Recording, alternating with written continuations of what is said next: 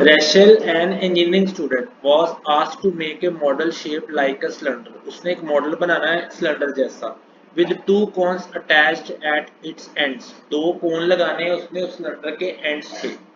The diameter of the model is 3 cm and its length is 12 cm. If each cone has height of 2 cm, कोन की height 2 है. Find volume of air contained in the model that Rachel made.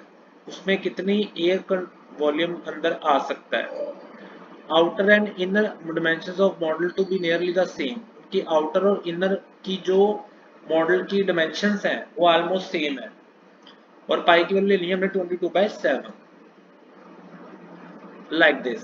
Okay, total length हो गई 12, दो कोण लगा दिए हैं, इसकी 2 हो गई, इसकी 2 हो गई और बीच वाले की कितनी हो गई 8.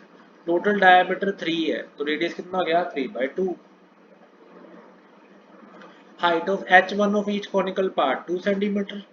Height h2 of cylindrical part 12 minus 2 into height of conical part. क्योंकि दो conical part लगाए हैं तो 12 में से दोनों माइनस होंगे तो उसकी हाइट पर्टिकुलर की कितनी है 2.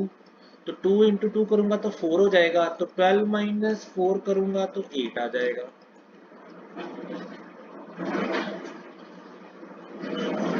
रेडियस ऑफ सिलेंड्रिकल पार्ट किसके बराबर है 3/2 क्योंकि डायमीटर 3 था तो रेडियस आ गया 3/2. वॉल्यूम निकालना है, बस वॉल्यूम का फॉर्मूला लगा दो.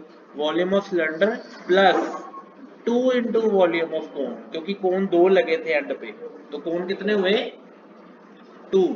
तो 2 इंटू वॉल्यूम ऑफ कोन आ गया. फॉर्मूले लगाओ. पाई आर स्केयर H2 मैंने इसलिए लिया ताकि मेरे को वॉल्यूम ऑफ सिलेंडर की हाइट अलग दिखे और H1 मैंने कोन की हाइट लेनी है. That's y plus 2 into 1/3 pi r square H1. यहाँ पे वैल्यूज भर दो, सॉल्व करो और 66 तुम्हारा आंसर.